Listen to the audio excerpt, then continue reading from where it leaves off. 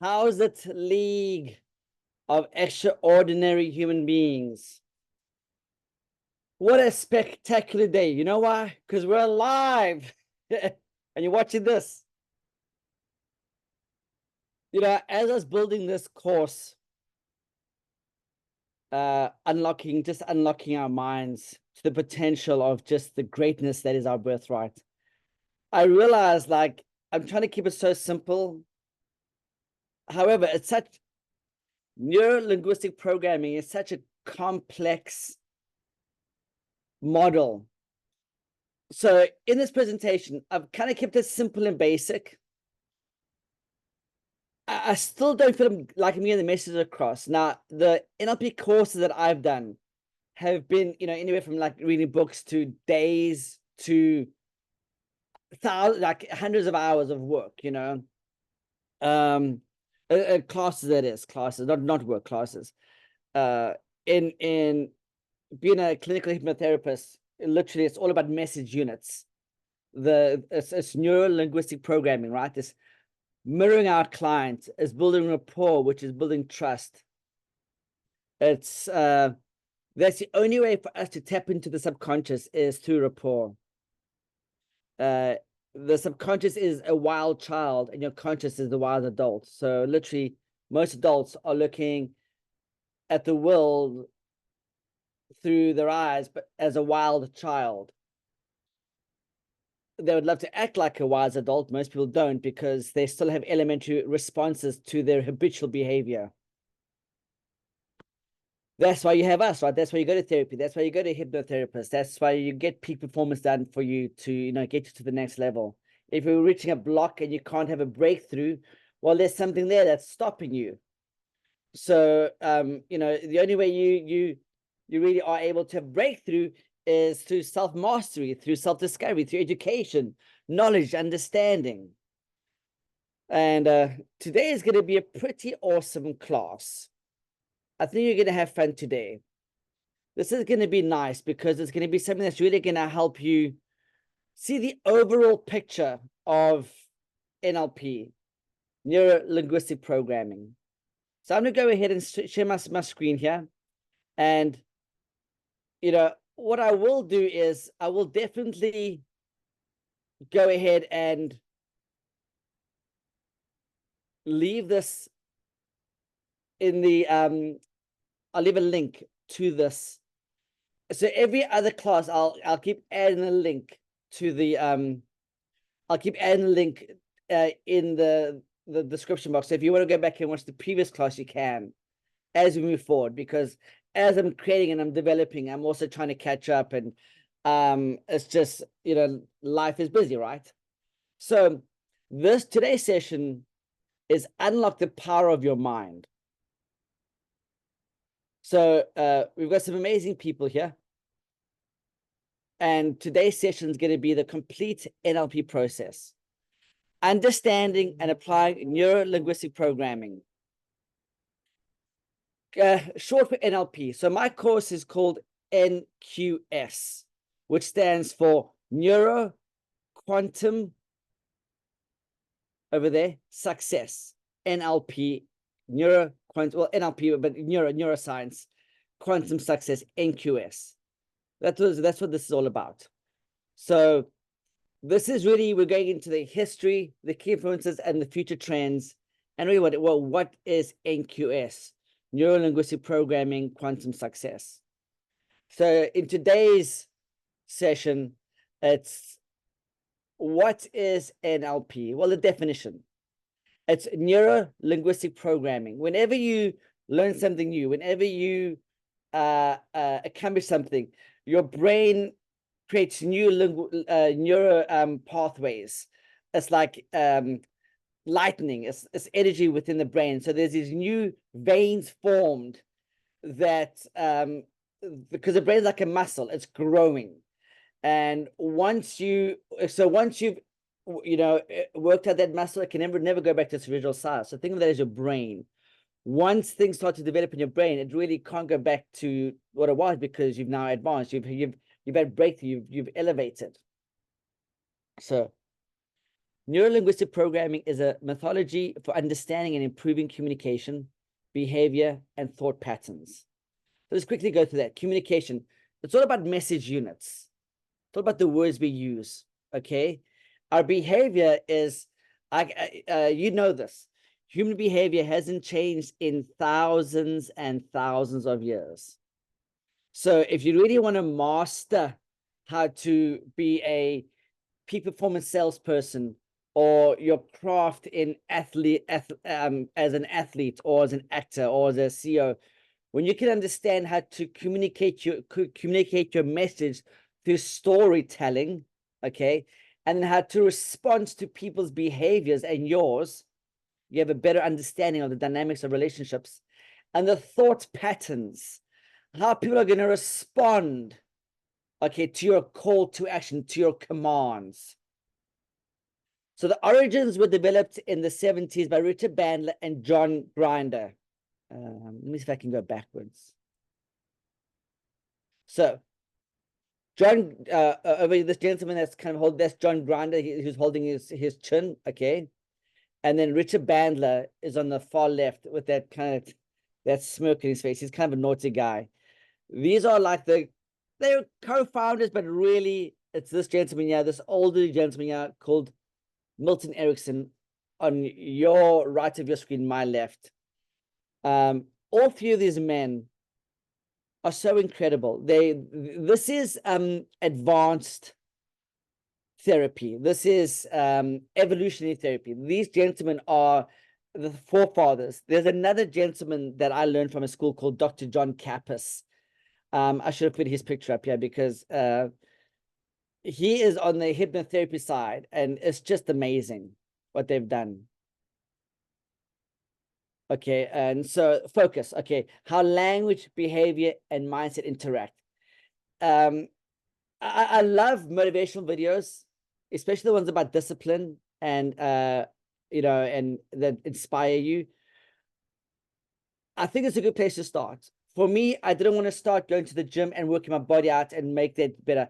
I wanted to work my mind out. I wanted to fix this first before I could fix anything else in my life. But from my diet to my working out to my relationships, I knew I had to fix this first. So I did reverse psychology. So instead of going to the gym all day long and just working out and pumping up and getting mad and just buff and awesome and cool, oh well, not now.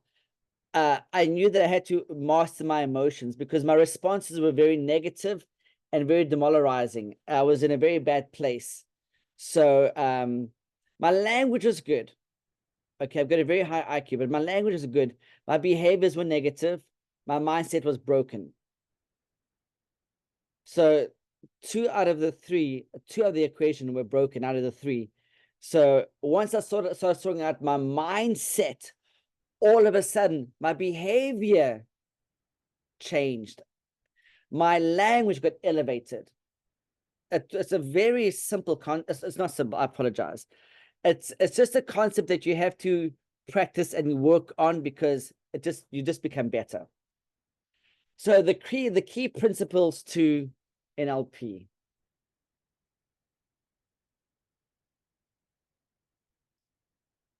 NLP communication model, okay? Sensory input, visual, auditory, kinesthetic. So a lot of successful people do visualization. Okay, they can imagine, or they can think, or they can see in their mind the future. Then for them to get their story told, it's auditory. Like Elon Musk, he meets with these scientists, he meets with his business advisors. Okay, and that's how he gets the story across. That internal process is your beliefs, values, and memories.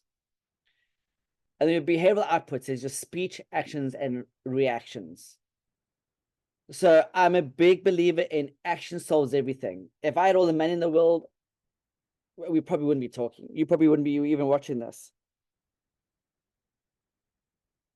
The perception is reality, how individuals create their subjective realities.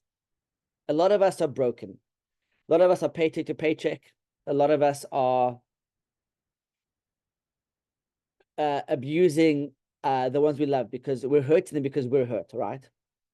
And a lot of this is because our behavioral outputs, how we were brought up by our parents. I'm not saying your parents are bad, but most of us, our parents lied to us, or they're broken because they were taught from their parents, or from their schooling, or from whatever institution they went to, or from whatever religious belief they went to.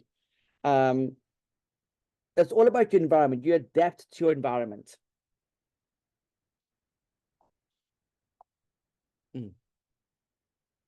Excellent. Okay. Understanding the NLP prepositions. See, I'm gonna speak better.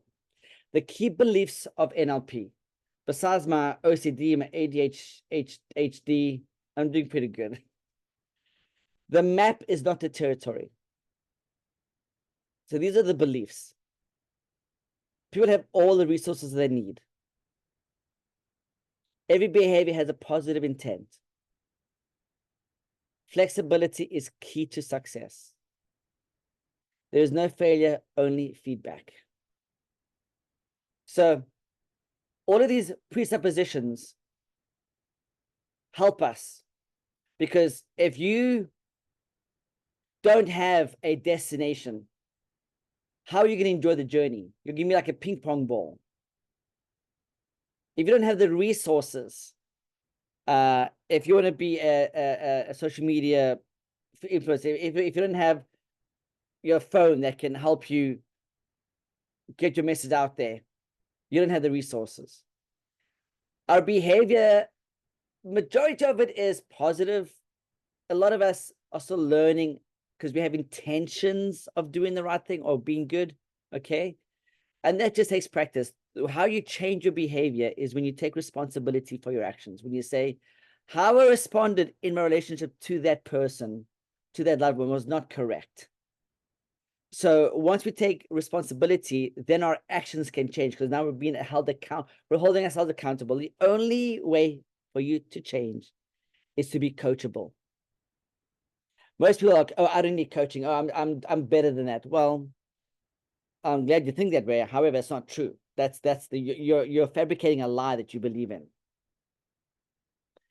Flexibility is key to success. What I love about this is, oops, I apologize. What I love about this is that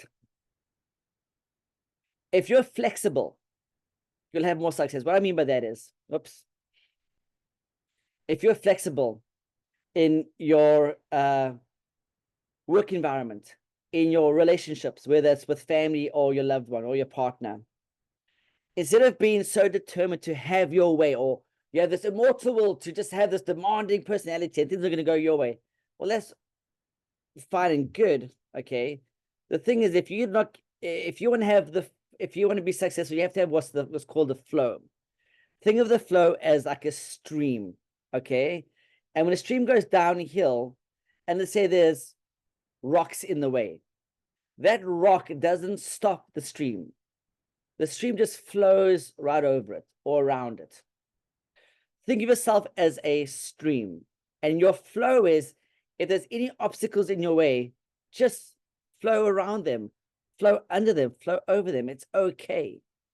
If you learn to be flexible in your life, you will gain access to massive success much quicker. There is no failure, only feedback. When I was younger, I took criticism very, very harshly. I felt that they were insulting me, that they were embarrassing me. So I was very offended when people would try and lecture me or teach me or show me or tell me what I was doing wrong. And it hurt my feelings because, I have feelings, right? And my emotions are not intelligent. So my response was negative. It took me a long, long time to really adapt to the fact that, hey, maybe this person believes in me. Maybe they want the best for me. So I'm going to go ahead and, take their criticism because it's constructive. I'm not talking if somebody is being negative about you, that's a different story. But I'm saying if somebody really wants to give you their opinion about maybe of how you can be a better person, Listen, you got nothing to lose. It's just words, right? Sticks and stones can hurt you, but words can never harm you. There's no failure, only feedback. So think of it that way. The structure of experience. Life is a journey. Life is spectacular and just amazing. We're so blessed to be alive. We're so blessed. You know, whoever's watching this right now, you're one in over 8 billion people. There's only one you. There's only one fingerprint you. Even your toe prints are they're uniquely yours. There's only one you. In the entire universe, there's never anybody like you ever again. So enjoy the journey. So the structure of experience in NLP: sensory representation systems, visual, seeing, see to believe, right? A lot of us are very cynical. Auditory, which is hearing. Kinesthetic, which is feeling, okay. Olfactory, which is smelling. And gustatory, which is tasting. So all those sensory, those 5 senses are what make up your, that's really how you're going to respond to anything. And you have all of these. I'm not saying that you're going to be perfect, but if you have you've controlled your emotions, you pay attention when somebody's speaking, just small mouth, big ear. When you're doing something, watch their body posture, watch how they stand or their stance. Smelling, you know, that all of these are enhancements. And then tasting, of course. When I'm dealing with my clients, and anybody that comes to me, I always make them the most important person in my life. I tell them, hey, right now, you're the most important person in my life. So I'm not going to be on social media or check emails or on my phone. It's you and me. When I'm present in the generous moment, I absorb them so much that I know them so well that we almost become like family. Like I love my clients, because we build up such a relationship that they know that I'm so hyper focused on them, and it really just helps them transform. It elevates them to a different trajectory. So preferred representational systems, PRS, is how people predominantly process information. Okay, so their behavior, there's really only 2 behaviors. At school, they taught us there's emotionals and physicals. I call it feelings and actions. There's the feeling people that when you tell them something and it all goes internal. And then there's the action people. Those are the ones that are very extroverted. Introverted, extroverted. Introverted is feelings. Extroverted is, you know, actions. So this really is how they process in their mind and then their responses to whatever they're interacting on or whatever the context what they're having at that time. This is possibly the most important word in NLP, or in every business relationship, in every conversation, every sales meeting, when you're buying a house or a car, or meeting the partner of your life. If there's no trust, if there's no rapport between you and that other person, there's no synergy. It's like, it's not just a mix of the minds, okay? It's not going to be successful. So rapport building in NLP is establishing trust and understanding. And it's a powerful word. There's nothing wrong with dropping trust. Yeah, you want to build trust. You know what I mean? So I love the word trust. I think it's sacred. So the techniques are mirroring and matching body language, tone, and speech patterns. So mirroring, it's right there. So I coach a lot of real estate agents and real estate developers. When they go into pitch meetings or to get listings or to put offers in on millions of dollars homes, or a client he negotiated a $500 million deal. The investors he's talking to, if he doesn't mirror them, if he doesn't bring that synergy, have like a meeting of the minds, right? They're gonna feel disconnected. So the clients that I train and I mentor and I coach and I do clinical hypnotherapy with, they're mirroring their clients or their investors with tonality, posture. So if, here's an example, if I stand talking to you with my arms crossed, do the same. You're mirroring that other person. And if they speak slowly, softly, and they pause, then you must speak slowly, softly, and pause.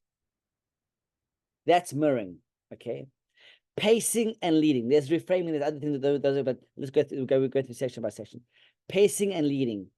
Guide the conversation once rapport is built. Guide, close, lead to the finish line, okay? These are all techniques about building trust in every situation in life. Marriage, buying, selling, all of that. Okay, anchoring. I love these. I love these models. I just love them. Anchoring. Okay. So what is anchoring in NLP? What is anchoring?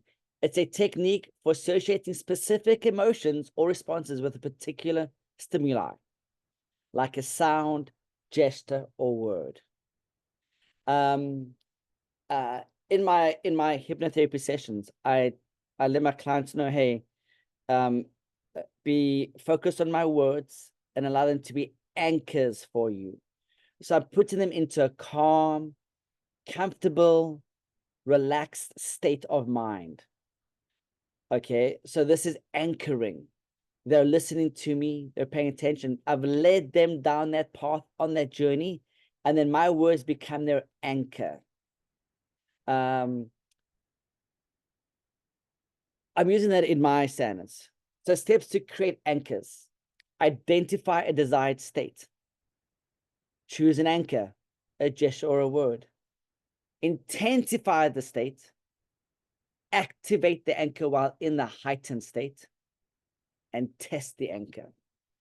So in my clinical hypnotherapies, when I'm teaching my clients, even self-hypnosis, when they come out of hypnosis, I ask them questions. How was it? What did you see? What did you feel? What did you smell? What color was present? All of these things. I like to get feedback from what I'm teaching and experiencing, right? Because my clients are having a great time, and I can see them transform, being elevated. What does that mean for me? So the more feedback I get, I'm almost like I was the teacher, but now I'm becoming the student. I'm getting our feedback. Submodalities in NLP. So what are submodalities? There are 5 distinctions within representational systems, such as brightness or contrast in visual representation. So here's a good example. So I wanna buy a house out in Palm Springs, and I go out there. I go for a drive out to Palm Springs, and I'm now experiencing that reality. I'm seeing it. I'm feeling the heat. Now I'm going to new development. I'm now experiencing the reality of that. Okay, I'm tasting. I'm smelling the wood. I'm feeling the foundation, the cold foundation, because it's in a house in development. I am hearing the sounds, or I see the palm trees. So all of these add substance to the experience. Reframing, I love this in NLP. So reframing is shifting the meaning of a situation or behavior by changing the perspective from which it's viewed. So a good example is,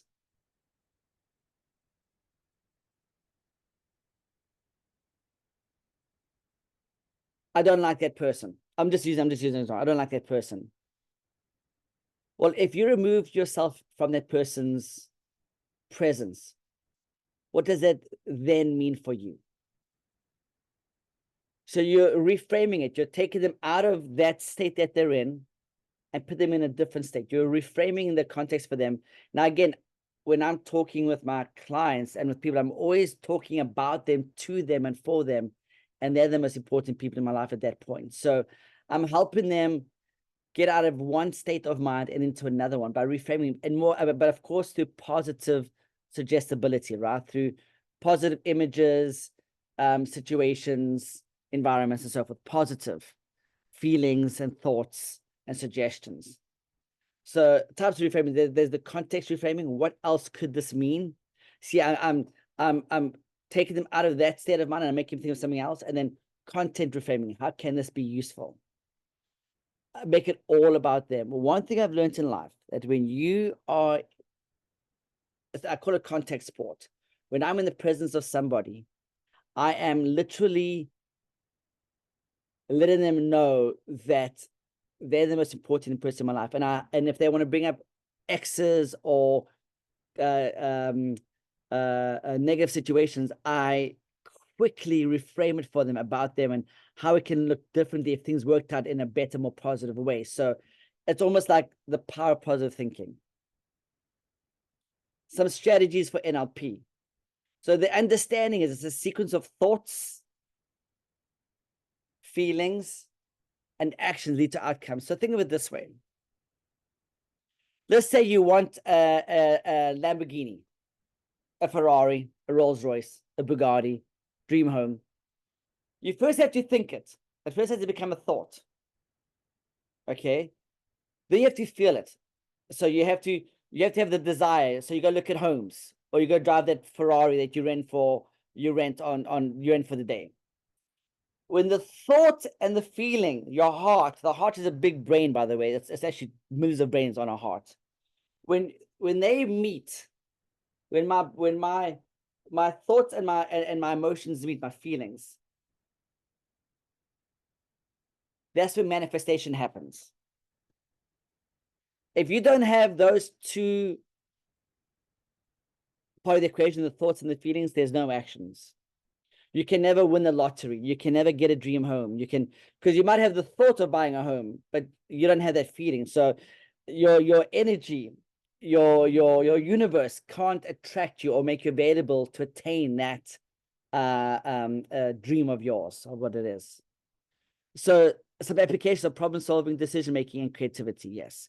If you want to paint a masterpiece, you sit down and you meditate, or you close your eyes and you visualize, or you're imagining what that masterpiece looks like. Then you can go out and carve David in marble. Then you can create that Picasso. Okay. But you first have to see it in your mind's eye. The meta model. A questioning technique to clarify language and challenge limiting beliefs. I think everything's meta, everything. The universe is part of the metaverse. The metaverse is everything. Facebook, Instagram, WhatsApp are part of Meta. This big, huge corporation is part of the Meta. Okay.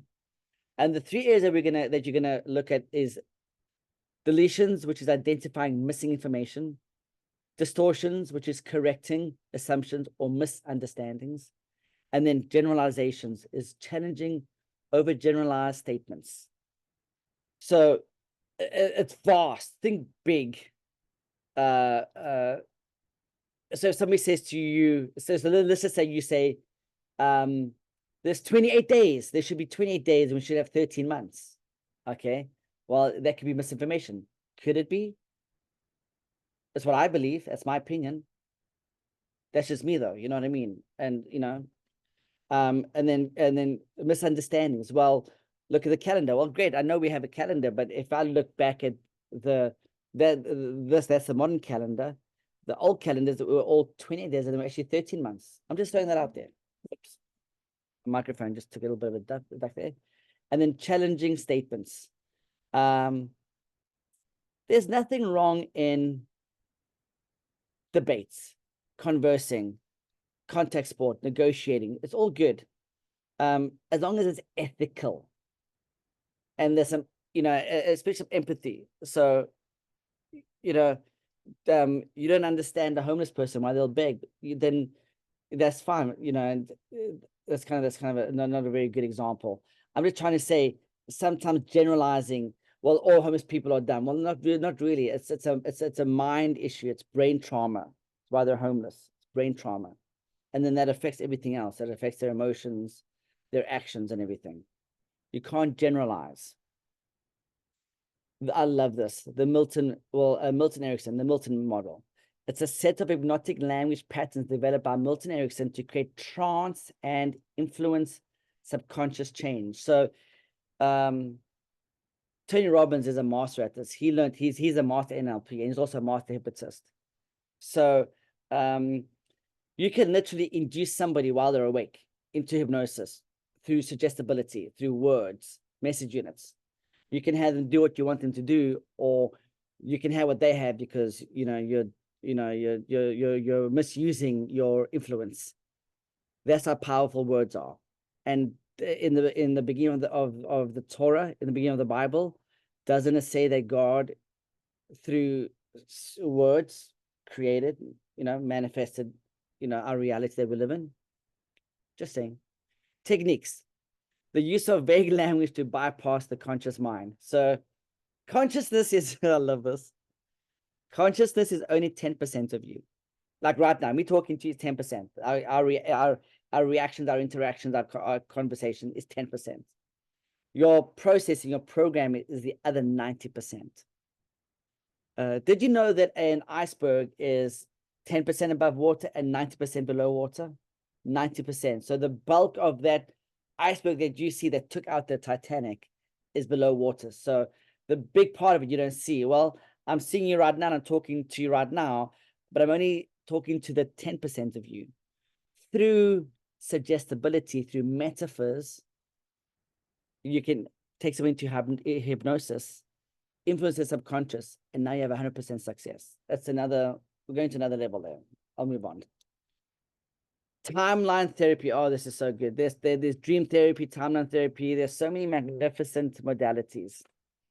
So timeline therapy is a method of reworking a person's perceptions of past events to change the impact they have on the present. I am not an advocate for going to a therapist every week and venting, because that's what you're doing. You're venting your past, because what you're actually doing is you're actually reinforcing what happened in the past. Now, I'm not saying don't go see a therapist. I'm literally in therapy now. I love to go see, but I'm focusing more on the present moment and what I'm doing wrong in presenting issues. Like let's say I'm biting my nails. I'm just saying that for answer. Or let's say let's say somebody's clumsy and they want to know, why do they keep tripping over their feet? Well, when you start to focus on the present moment, and you start to focus on the solution, not the problem, become a better person. Bring up the past into the present all the time. That's dangerous. So the steps: accessing the timeline, finding the root cause. Why do you keep tripping over your feet? Oh, well, I'm thinking too much. Well, then stop thinking. Don't stop thinking. I'm using it as an example. I'm being funny, guys. Changing the perspective on the past event. Yes, very good. So if you go through a breakup, well, if that person is resentful towards you, just let it go. Just know that you can't change them. So change your perspective, okay? And then re-imprinting the new belief. Well, through hypnosis, excuse me, we're able to desensitize. So we're taking like that presenting issue of, I'm a smoker, from a 10 down to a 0. So it's like a big volume button going all the way down from 10 down to 0. Going all the way down from 10 down to 0. Think of that in hypnotherapy, is how we desensitize your limiting belief. And then NLP goal setting is powerful. This is, I need to go deep into, these slides are so amazing. I need to go deep into this stuff. Smart. So I want you to write down, take a notepad, okay? And write down your SMART goals. And yeah, they are. Be specific. Oh, I want a car. Okay, what does that car look like? What model, what color, what does the interior look like? What does it smell like? Does it smell like the beach, which smells like coconut, or does it smell like fine leather, like an executive? Be specific on your goal. Measurable. Okay, how are you going to be able to set goals to be able to attain that? Achievable, realistic, time bound. So in a sense, I always start, I call it reverse psychology. I want to buy a $1 million home. Well, how much? Then I look at the where do I want to live, and then I bet then how much is that going to cost me monthly? What's the location? I reverse psychology that smart goal, okay, and then I go from then it goes from I'll be able to get the acquire in a year's time. Okay, what's it this going to take me on a monthly? What I need to do to obtain that home? Then on a weekly basis, then down to a daily basis, even down to an hourly. I've even gone down to minutes. So yes, smart goals is great. And then well-formed outcomes, focusing on what is desired, framed positively, and involves sensory-based evidence. If somebody else has become successful in what you want to do, then copy them. Copy them, yes, copy them. Focus on what they're doing, and just don't try to reinvent the wheel. Don't try to be creative because you haven't accomplished it before. They have, you haven't. Stop being creative and just do what they do. Figure out what they did, approach them, go see them, and then you just do what they did. Just copy, implement. That's the formula right there. They've already successful in what you want to do. Just do what they're doing.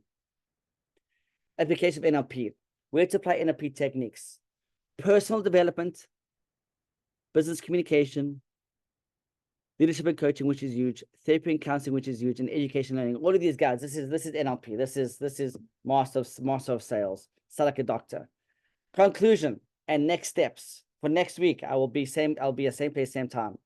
So the takeaways today: NLP is a powerful toolkit for personal and professional growth, self-mastery. Focus on understanding communication patterns, reframing perspectives, and setting powerful goals. And I'll move this out the way.